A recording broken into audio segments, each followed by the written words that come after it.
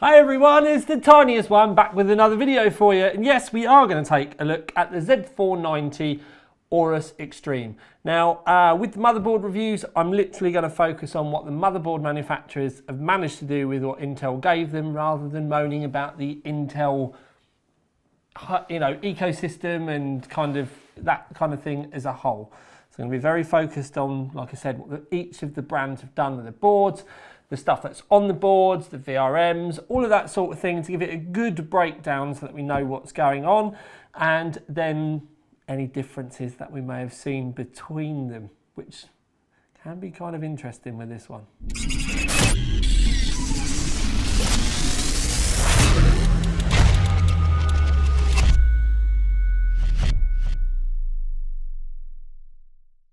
Okay then, so these boards are actually quite confusing, and there's quite a lot of story to tell with all of them as well. I've spent an awful lot of time actually working on this one, so I have some little bit of insight to give you with my experiences with them.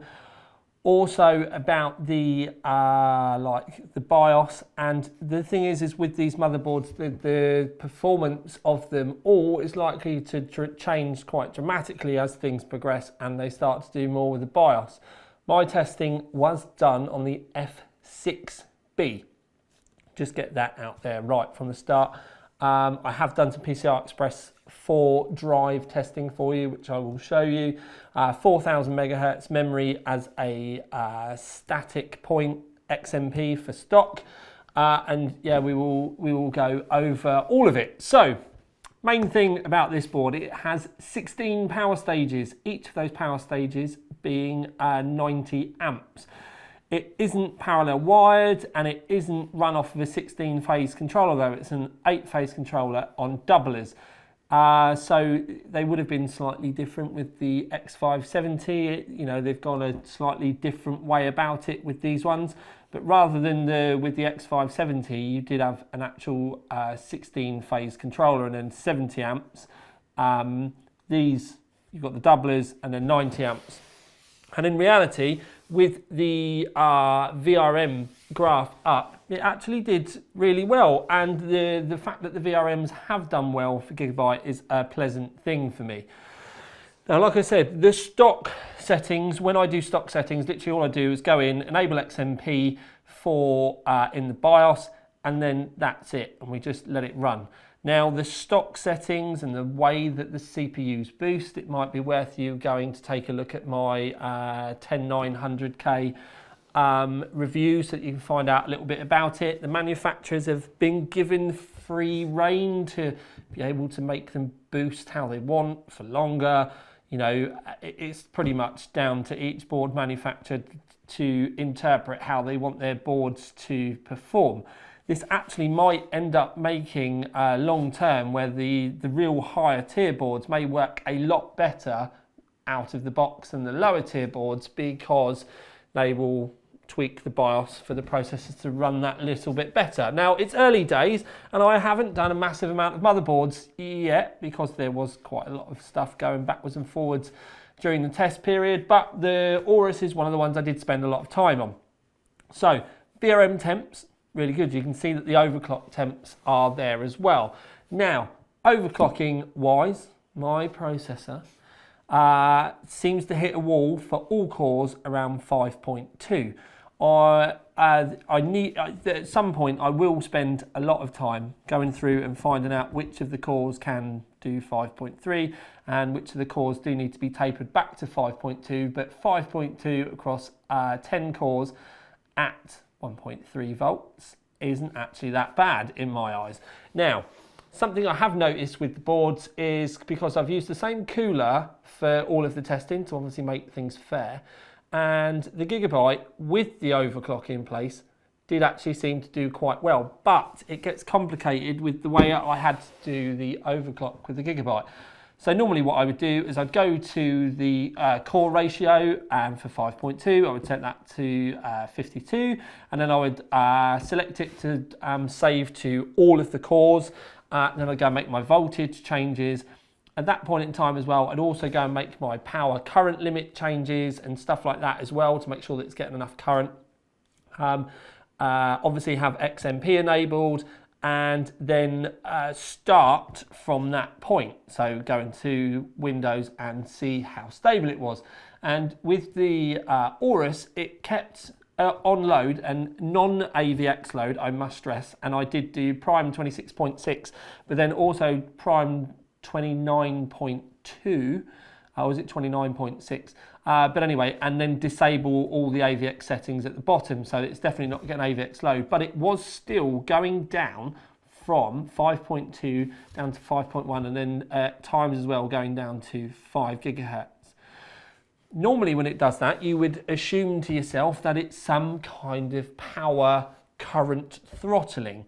So then I went in and, gradually worked all the currents up, and it still wasn't making any difference. It made me wonder whether it was volts. So I started increasing the volts more and more, and it wasn't doing it either. And it just seemed to be something quite strange, where as soon as it hit any load, it was backing itself off a bit. Actually spent quite a lot of time trying to find out what it might be and didn't really get anywhere. And then there is a setting in the BIOS where you can set the turbo core limits.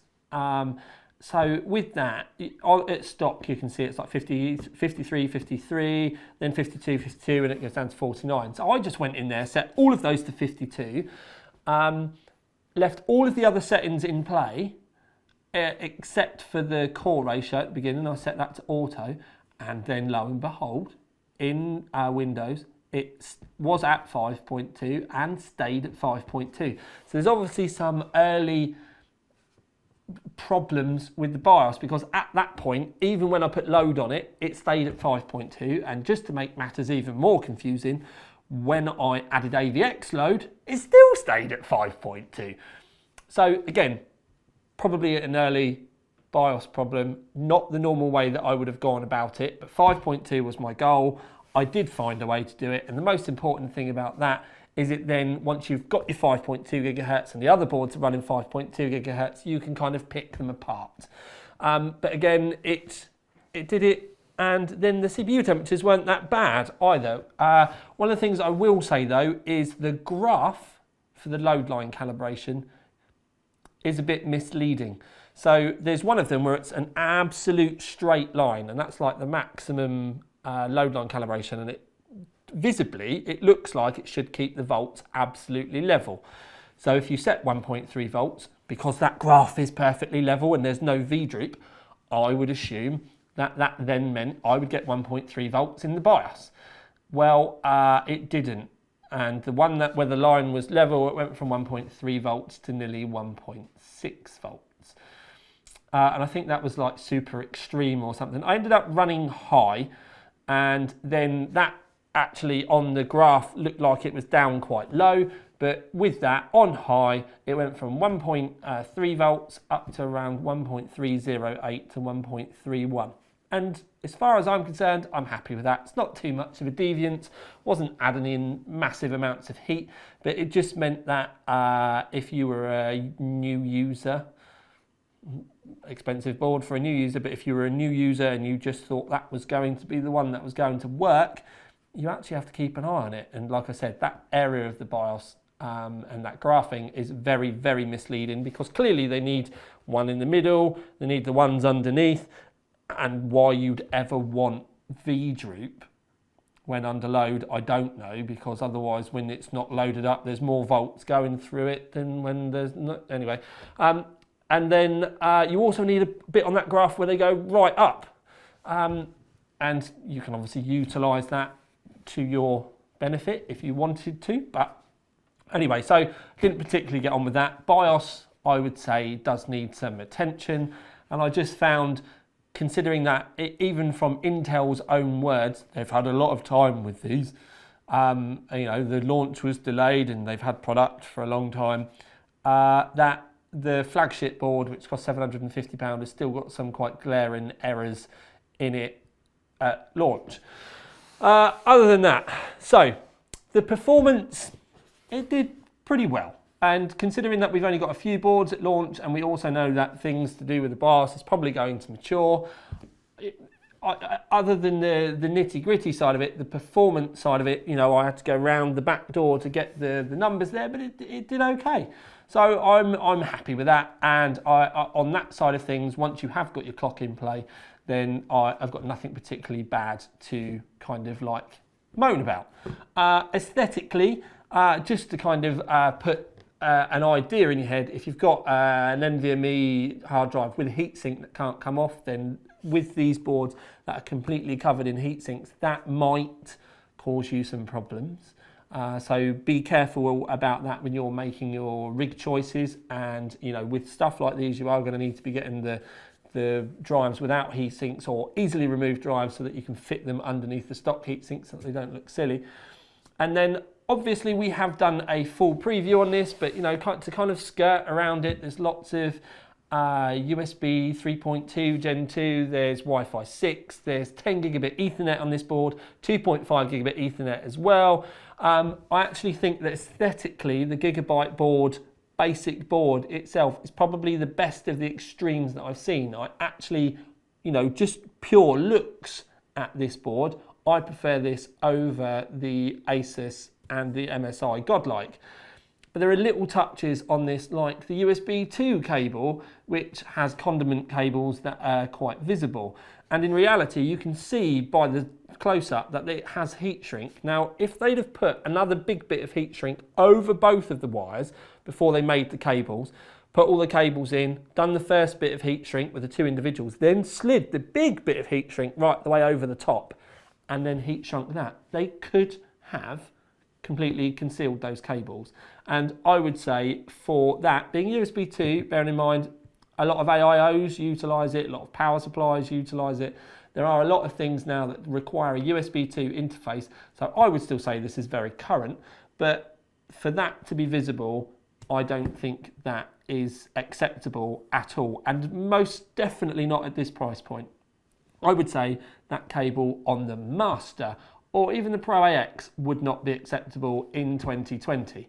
So, and you can see that they know that they should be black, because then when you do go up to where the front panel header clips in, and that's another one, it's a little extension that comes off, and it means that you can run the extension cable, you can have the actual cables behind the motherboard, which keeps it all nice and clean. They're all black cables. So I do think that that is something that still needs to be done. And I said that when I reviewed the X570 Extreme as well. So I just don't particularly think it's, you know, acceptable at all. There is also, which is probably a BIOS issue, a very weird glitchy starter. Power supply on. Well, you don't really get any lights pop up on the board to let you know that it is. But anyway, most important thing, finger up here, literally just about to press the power button.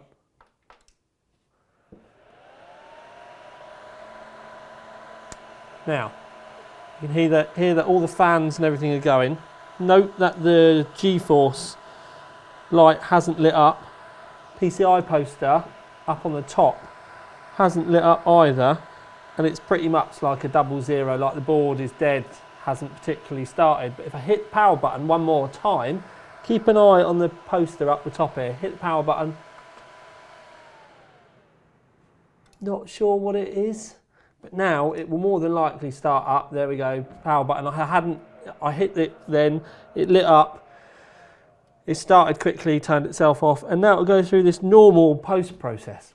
Haven't got a clue what's going on. You can see all the lights are on, you can hear the fans are all quiet and everything. But every time you turn the power off at the power supply, it does that. Yeah, weird one.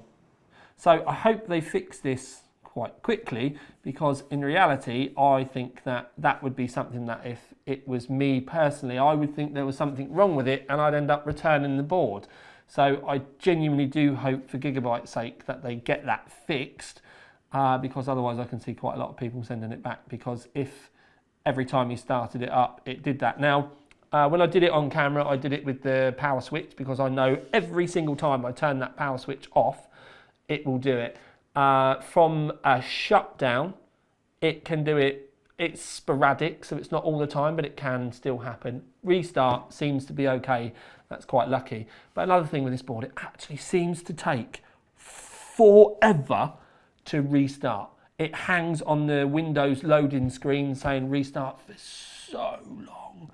Like sometimes it can take like 30 to 45 seconds just to get back to starting up again. So doing the shutting down part seems to take ages.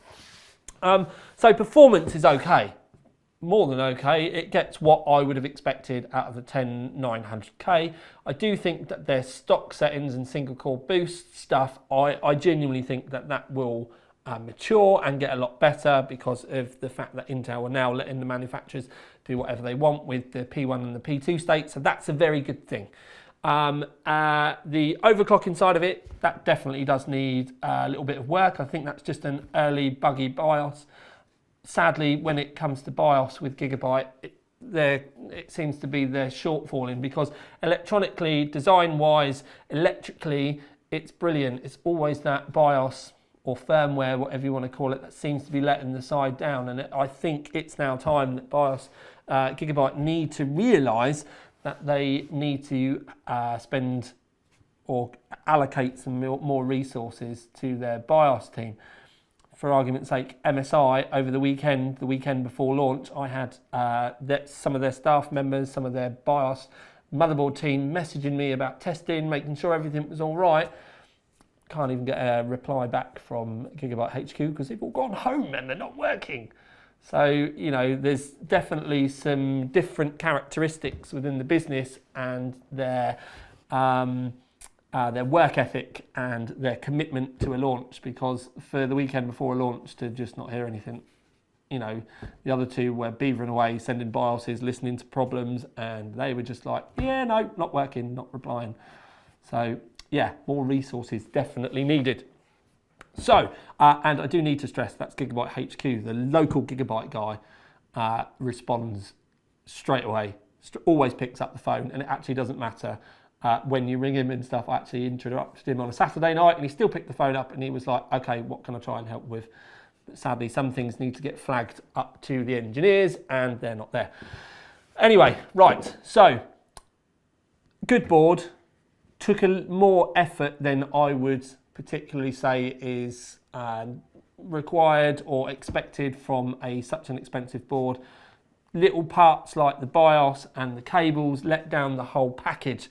The problem is that whole package is so expensive that it's those little things, especially things like the BIOS and that cable, they do make such a wild difference. So old school, very in-depth TTL review. If you want to know more about the board and like where the fan headers are and all of that sort of stuff, I've done a massive preview where you get lots of zoom-ins and all of that sort of stuff anyway. In fact, I'll stick a load of it at the end of this video for you as well, if I can remember. But the main walk-around video, if you're interested in purchasing this, will be a very good thing. This is more about the using it and the performance and the numbers, and then that side of it can be about having a look around and seeing where everything is. So, good board. Definitely needs work, and I would genuinely say I would be massively surprised if the performance of this, especially those BIOS glitches, don't get fixed within the next few weeks. So if you're watching this further down the line, don't message me and ask me if it did get changed, because I'm probably not going to get a chance to get back to test this again. If I'm completely honest, the whole, you know, platform, I'm not particularly enthused by it. If I'm honest, I will review the boards. I will, you know, do that bit, but I'm definitely not going to be going back doing multiple board tests. When's B550 here?